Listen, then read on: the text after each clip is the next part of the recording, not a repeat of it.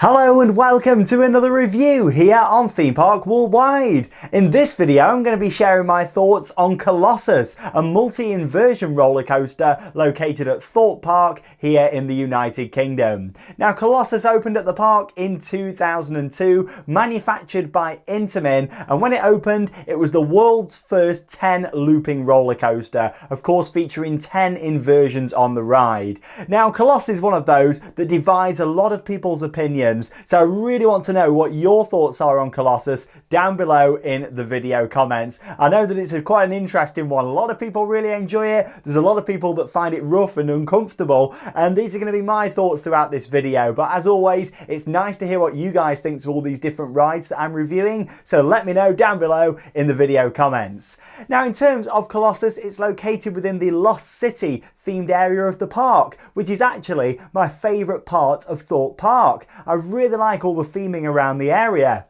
Now, one of the things that really stands out for me about the Lost City is all of the landscaping, the vegetation all throughout the area. And of course, that actually first launched at the park in 2001. So the year before Colossus opened, that's when Lost City was born at Thorpe Park, with a couple of flat rides in the area that still exist to this day. And then along with that, they started to bring in the idea that this theming was coming to the park, and they were going to expand on that and put in this big coaster for 2002, of course being Colossus. But yeah, Lost City to this day is great, and it's an area that the vegetation's grown really nice over the years. Don't get me wrong, a lot of the theming now around Colossus really needs a good clean, including the coaster itself. I'd love to see them repaint the full track of the ride. That's something that they started to do a couple of years ago by the Cobra Roll. They painted up some of the supports and some sections of the track, but it never seemed to really go any further than that. It would certainly make it look a lot nicer if it was painted up,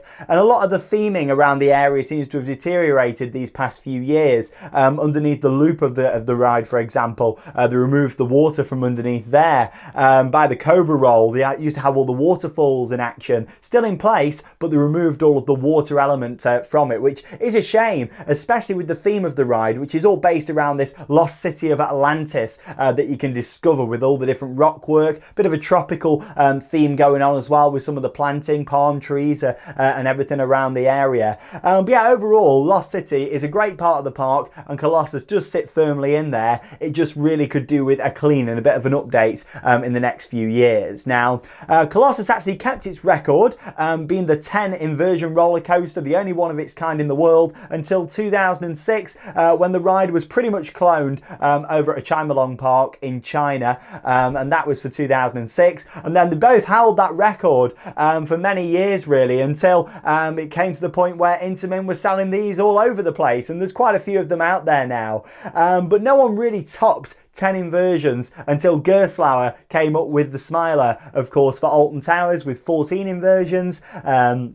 And then that took the record from these 10 inversion models from Intamin. So yeah, it did keep its record from 2002 to 2006. But then after that, that's when we started to see other versions of that ride start to open up. So yes, let's talk about the experience then. So you're in the Lost City, a great area that again I really like. And then you come to the entrance of Colossus. Brilliant entrance to this ride, especially the positioning of it as well, with the lift hill just behind it. You can see that drop and the loop. You know, you're very much in the area, and it's all the changes of elevation that really make the Lost City for me. Sort of walking up there in between the coaster, you've got little fences where you can see parts of the ride and all the trees, and you can start to kind of peek through and see the coaster, and that extends down into the queue line for Colossus. You make your way down, and when they've got the full extensions open, normally for a ride like that you'd have a lot of cattle pen queue line where you're just zigzagging up and down, up and down. That isn't really the case with Colossus. Yes, you make your way round and come back to sort of where you started, but you're not going up and down. You're actually going through tunnels underneath the pathways of the Lost City. You're getting some great views of the coaster. You can get really close up to the corkscrews, especially. You get really close up to those in the queue line and the airtime hill. And yeah, in general, I think the queue is fantastic. It's probably my favourite queue line at Thorpe Park. I really like how it's not a big cattle pen, and the audio is fantastic as well. I'm not a big fan of how they've tweaked the audio lately. It's still got that classic tune there, but they've tweaked it a little bit, and I do prefer the original instead of like the remastered version of it, but it's still a good soundtrack that really builds up the anticipation to the ride. Final part of the queue line, you make your way down next to the lift hill. Again, really building up the anticipation that you're going on this pretty large coaster. I remember riding it in 2002, opening year, and I was quite terrified at the time, thinking, blimey, you know, we're going on this massive ride. Never really seen anything like that before in terms of with all the inversions all put together.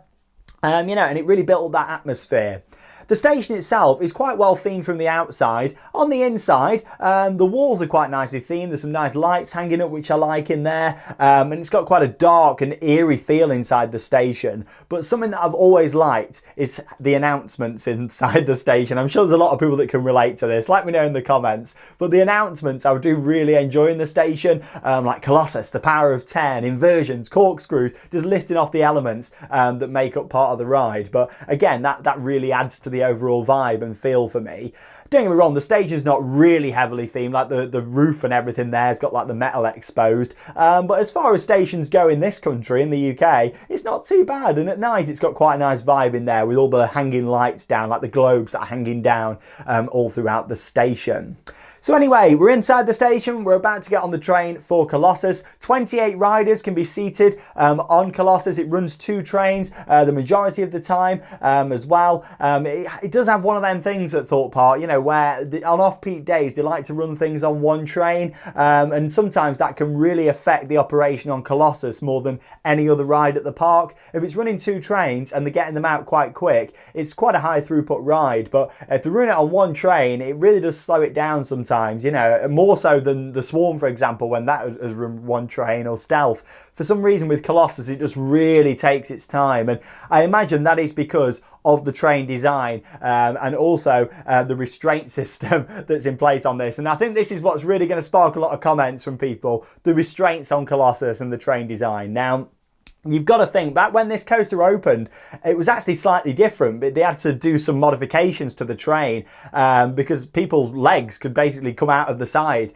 So they had to put like a bar on the side, from what I remember. That was removed when they got a new style of restraints on Colossus. And yeah, you know, it made it a lot better and of course a lot safer at that point. But let's just say it's very restrictive in terms of where you're sat. You certainly want to be in the front of each car instead of in the back. In the back, you really don't have much room. Your knees are literally touching the seats in front of you. 2, of course, sitting next to each other on there, the standard sort of Intamin design for these Multi Inversion coasters. The over-the-shoulder restraint, pretty big, pretty bulky, quite heavy. And of course, you've got the seat belt that's got a clip in there as well. It's very restrictive, especially if you're a lot taller or of a bigger build. It's a really tough ride, you know, to get comfortable on. But once you're in it, and you know, if you're in the front of a car, especially on the front row, it's definitely a front row coaster. It isn't too bad, but yeah, it's certainly not great with the restraint system on there and how it is. So then, of course, we're getting dispatched. You're in your seat as comfortable as you can get, and up you go up the 98-foot tall lift hill, where you get some cracking views. Off to the left, brilliant view of Colossus. Saw the ride, Samurai going just down below you. Off to the right, you can see right across the park in the other direction towards Stealth, Nemesis, Inferno. But yeah, you know, the views are really good. It's got quite an iconic lift hill motor noise, hasn't it? And of course, when it just releases off the chain as well, it's pretty iconic. You can hear it from the other side of the park, where it's got worse over the years, the noise, but I quite like it. I find it quite satisfying. And then you bank to the left and down the drop. So I really like the first drop. I think it's great on the front row because it's a curved drop down into that first loop, the vertical loop. I really do enjoy the first drop. At the back, it's quite intense as well, especially going up into the first inversion, which is that vertical loop. Now, like I say, this used to be a lot more overgrown in this area with some more landscaping. Part of it was over water as well. Used to look a lot better a few years ago than it does now. Going back to what I said in yesterday's video about Saw the Ride when I was reviewing that, I think, you know, they might be having some issues possibly with the foundations around the area, meaning that's why why they had to remove some of the water and try and toughen the ground up a little bit under parts of Colossus. Because again, you know, it's an area that's reclaimed land from back in the day when it was the quarry. You know, they just keep reclaiming land, and Colossus was another one of those for that section around there. So possibly why. But, you know, going into that loop, I think it's fantastic. A really nice inversion, good way to start the ride. And then normally you think, oh, right, you know, pretty standard layout. You go into another inversion straight away, but you don't on Colossus. And that's what I really like. You go into this massive airtime hill, big ejector hill, straight out of the loop, which is brilliant because you've actually got the head chopper, which is the exit of the shop, which is even better. So you know, you can stand in the shop, there's a big glass window, and you can stand there looking at this airtime hill. But on ride, that's brilliant because you're going at quite some speed, you know, up to 45 miles an hour on Colossus towards this shop, and you're thinking, blimey, if you've got your hands in the air, you just start to lower them down, even though you know the clearance is fine. That's what I really like, the head choppers. And in general with this ride, you know, there's so many areas where you're dipping down below pathways, over queue lines, around trees, back in the day, the waterfalls, you know, it's just got a lot going on around the ride, which is fantastic.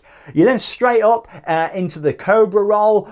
Personally, my favourite element of Colossus. I do very much enjoy the Cobra roll. And before we go on to talking about the rest of the layouts, I think this would be a good point to mention my thoughts on, is it rough? You know, I've got to address this one in my review. So for me, Colossus, when it first opened, I didn't find it rough at all. And to this day, surprisingly, I don't find it too rough and uncomfortable. Don't get me wrong, I do much prefer how Intamin have put in lap bars on these. The one coming to Flamingo Land next year will have the lap bars. Altair, which I've done over at Cinecittà World in Italy. The exact same ride, but the new generation with the, of course, with the lap bars. And it's a lot more comfortable. It would definitely improve Colossus with those trains on there, but the restraints with, you know, are very restrictive, but I still don't find it too bad. I think Colossus is one of them rides you just got to know how to ride. You've got to try and you've got to get in the front of each car, and I don't necessarily mean the front row, just the front out of the 4 seats, you know. And you really just want to put your hands in the air and kind of move with the coaster, if that makes any sense. Don't just hold on tight, gripping like, oh, you know, you just got to move with the elements, especially if you know the layout of the ride. Like I'm sure a lot of people do who are watching this video. You can kind of just go with the flow of it, really. But yeah, I don't find it too rough. I do think a couple of years ago it wasn't running the best, but the last year, well, the season just gone, I really feel like it's been running really well. Colossus, I think they've definitely done some work to it, maybe changed the wheels and, you know, done some work on the trains, because it was running a lot better in my opinion. But I can't wait to read the comments and know your thoughts. You know, I have got a secret love for Colossus. I do really enjoy it. It's one of my favourites at Thorpe Park, and that might be a bit controversial, but you know what I say, everyone's always got different opinions and they should be respected. Everybody should definitely respect each other's opinions, and that's what makes being an enthusiast interesting, right? Like learning about all different other people's opinions on their rides and what they enjoyed the most, what they don't enjoy. That is what it's all about. Anyway, so you've just come out of the Cobra roll, my favourite element on Colossus, where you sort of move off to the side a little bit before heading up into 2 back-to-back corkscrews. And these are pretty well hidden because of all the landscaping. I remember back in 2002, that wasn't the case. You know, you could see pretty much the whole layout. But as the vegetation's grown over the years all around the lost city of Atlantis, it's all just come together nicely. And these corkscrews, it takes me quite some speed actually as well. You know, it's nice to go through them, especially the second one just feels you know, even more intense than the first corkscrew. Maybe it's because you're still getting over the fact you've gone through one and then you go straight into the other one, and you go underneath the pathway that's there, and again just really adds to the head chopper and near miss element on the ride. At that point then, you're sort of following the course now of what's above you. Of course, you've gone down the first drop above you here. You're going round to the left-hand side now. So you're kind of following the course of that first section, but a lot lower to the ground before you're going into 4 back-to-back clockwise heartline rolls, which are brilliant. I do enjoy these, especially the fact that they're all nicely together. It's a brilliant sort of view. If you're on the front row, you come around that corner to the left, and then you just see straight in a line these 4 heartline rolls, which is beautiful to look at. It really is. You know, and they're pretty intense, and the fact that they're low to the ground, they're about 10 feet above the ground, so they're really low, especially if you've got your hands in the air. You feel like you can just touch things underneath, you know, even though this course has got that clearance and they've got all nets around to catch any loose objects. But yeah, you know, they are really low to the ground, and again, I think that's what makes it. If they were high up, wouldn't be anywhere near the same, but the fact it's low to the ground, you can see people walking on the path just next to you. It's great, and by the 4th one, you're really feeling very dizzy at that point. You get a little bit of a break, you know, but you're getting some really good sort of hang times. It's making its way through them. It doesn't take the heartline rolls too quick, especially the last sort of 3 and 4, you know, in that line. It really sort of takes them quite a lot slower, so you start to feel yourself slipping into the restraint. On the versions that's got the lap bars, they're brilliant, especially, all of the heartline rolls are brilliant, but especially the last couple, really nice and slow into those, and you just feel yourself sliding up into the lap bar. And hopefully we're going to get that next year at Flamingo Land's coaster, opening in Yorkshire here in the UK. Check out the videos here on the channel if you've not seen them. At that point then, of course the coaster's really slowed down, and then you sort of make your way to the left over the pathway at the entrance area to the Lost City, and into one final inversion, inversion number 10, another heartline roll, but this one's anti-clockwise. So you've just gone through 4 clockwise, you go through one the opposite way, and it really just throws you off, like, because you've got them few seconds to recover just as you're going over the pathway, and then you're thrown into another one going the other way, and it really messes with the brain when you're going into that one. I remember when I first went on it in 2002, I was just sat on the brake run like, oh my god, I'm so dizzy, because I'd never done anything quite like that at the time. Of course, done a lot more coasters since, hundreds more, but I'll always remember that first ride on Colossus, and I think that's, for me, with the ride why I enjoy it so much, it's the nostalgia of it, as well with that ride. After that final heartline roll, straight into the brake run, and then that is the end of your experience on Colossus. So yeah, you know, like I say, I don't find it too uncomfortable, I don't find it too rough, but the train design isn't great either. You know, of course, back in the day when Intamin created that ride, you know, they did a fantastic thing in terms of the innovation going into it and putting all them inversions together, especially them 4 heartline rolls in a row. There was nothing else quite like that anywhere else in the world, you know, so they did something very different. But over the years, they've certainly innovated a lot more with the train design. I mean, you look at their Intamin Blitz models like Taron at Phantasialand, the restraints on there and how open you are, it really is fantastic. And I know there's no inversions on that, but just in general, look at some of these, you know, other rides what they've built over the years, and yeah, you really are a lot more exposed, and they've innovated so much, especially with Intamin in them few years after Colossus opened, sort of 2002 through to 2005. I really feel like they innovated a lot, and Colossus was probably a ride we've got to thank for a lot of that innovation that's happened around the world. But overall, I think it's a good fun ride. I don't find it too rough. Favourite inversion's the Cobra Roll, and I really like the theme of the area. But moving forwards, I would love Thorpe Park to give it some TLC. It's their original thrill coaster there. You know, of course, a lot of bigger rides have come in since, but that was the one. Before that, there was only a couple of coasters, X and Flying Fish, you know, and they put that in, and then did a back-to-back coaster year, of course. 2003, they then opened Nemesis Inferno, and I've already filmed a review from that. In fact, this is my last review from all of the big coasters at Thorpe Park. I have covered them all this year, so check out the other reviews if you've not already seen them. Let me know your thoughts on Colossus down below in the video comments. I would love to know exactly what you think. As always, I read all the comments here on Theme Park Worldwide, and I really do enjoy seeing what you guys think to all these different rides that I am reviewing. There we go. Thank you very much for watching another review here on Theme Park Worldwide. Check out the reviews playlist if you haven't already. And that leaves me with one final thing to say. Get out there and keep on riding. See you in the next video.